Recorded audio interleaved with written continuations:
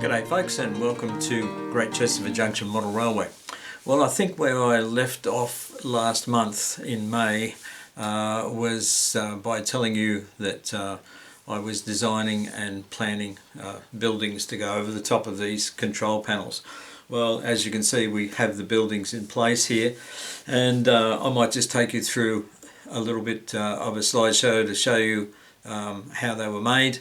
And you know, it's the usual method. You've probably seen me do this before on LibreOffice Draw, where I draw up the design in LibreOffice Draw to scale and then print it out, glue it onto some card, then cut it out and eventually skin it with this brick paper and so on. You'll probably notice that on this one there's a lot of advertising signs and all that sort of thing, because when I first made the buildings and got them together, and I just had a plain brick wall along here, and I thought I'll take it out in the shed and have a look, make sure it fits and all that sort of thing. So I brought it out and put it on the panel here. Nice fit and all that sort of thing, terrific. But I looked at this blank brick wall and this sort of vast expanse here, especially on this one. The little one's not so bad down here, and I thought, well, doesn't quite look right. So anyway, I sort of updated Platform 1 MRC as I normally do with my ongoing thread on there. And one of the guys, well actually a couple of the guys said, yeah, the brick wall needs something.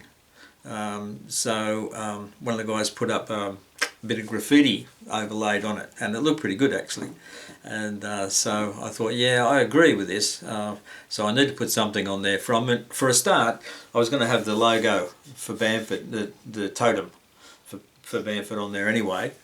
So I thought, well, at least that's on there. And then I just dressed it up around the side with various old railway posters and some signs from you can download from the internet. If you look on the internet for ghost signs, as in spooky sort of ghost signs, there's quite a few of them on there, and they're mostly signs that have been done on brick walls, and most of them have been around for a long time, so it's worn away and all that sort of thing. So they're ideal actually.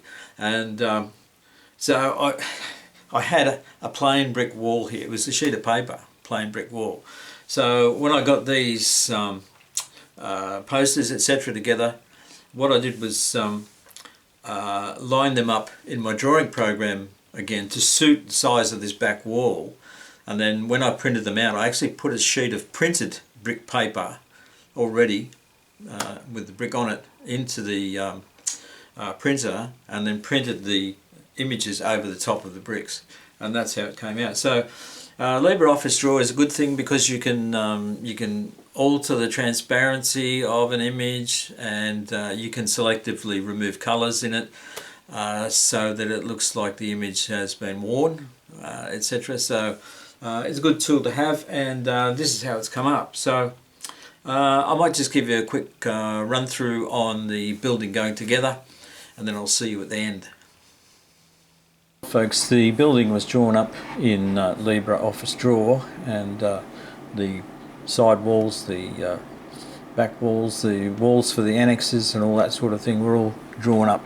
And the idea is, and that's an end profile of the building, and the idea is that once all this stuff is drawn up and printed out, it can be transferred to card after it's been sealed, of course, and then cut out. The windows were laminated in a home laminator.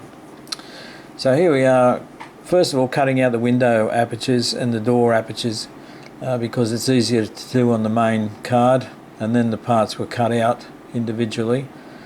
And then I started skinning the walls with brick paper, and here we have the ceiling in effect being clamped to the wall until the glue dries.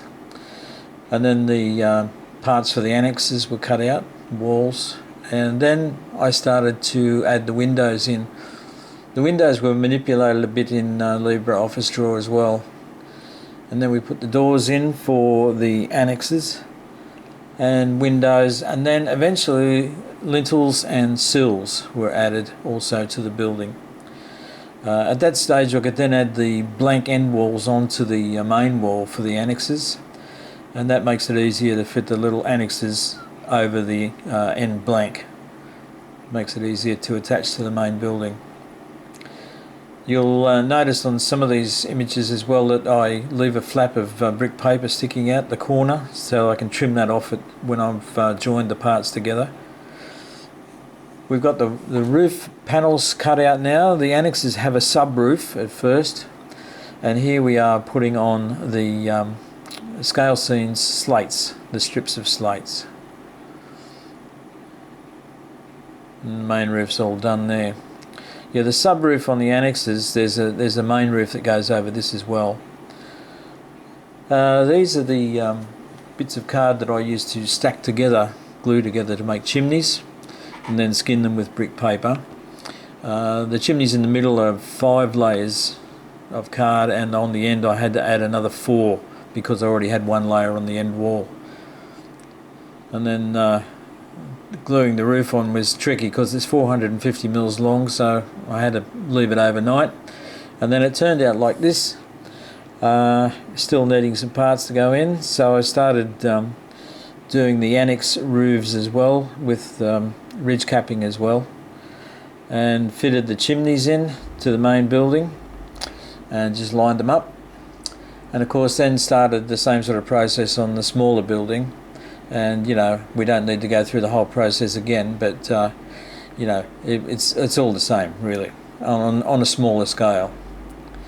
With the roof for the smaller building, I decided to print a grid onto the roof, which made it easier to line up the slates.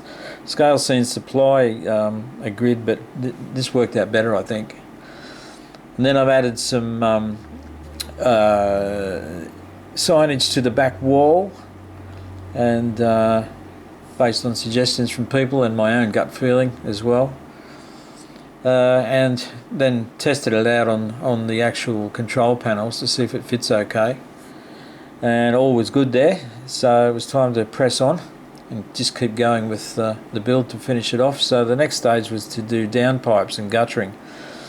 Now, a friend of mine on platform 1 suggested you could use cable ties, the heads off them, to form a box under the guttering, which I thought was a good idea on this roof because it's so big. So that's a cable tie and a bit of wire and some masking tape there to form downpipes. I think it came up quite well actually. And yeah, the same was applied to the small building, and also small downpipes were done in the corners of the annexes where the guttering meets the wall there for the annex. Then we started on adding the external walls for the fences, starting with the middle walls first, and then worked up to the outer walls with the gates fitted into them. Then chimney tops were printed out, and I've punched holes through the card for these rivets to go into that chimney top, and instead of just gluing them on the top. They're in a much more sort of vulnerable position over the control panels, so I could see myself knocking chimney tops off all the time. And that went quite well actually, and it's fairly robust. And then the small building was completed with its back fence and gates and all that sort of thing. It's got double gates on one side just to make it a bit different, because there's a larger side to that building, so possibly you could fit a vehicle in that yard. And then fitted them onto the railway, so that's the view from over the wall. And I think they'll be okay. So, you know, normally you wouldn't be seeing them from these views. You would only see them from the back really and over the top. So there we are. That's it.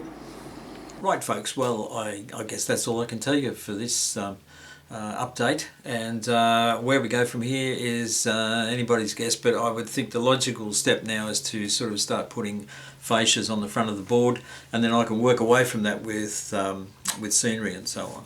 So for a start I need a roadway in here between the two buildings, but there'll be a little fascia in there as well, so hopefully by next month we might see some of that stuff going on there. So I'll see you then. Cheers, Gourmet.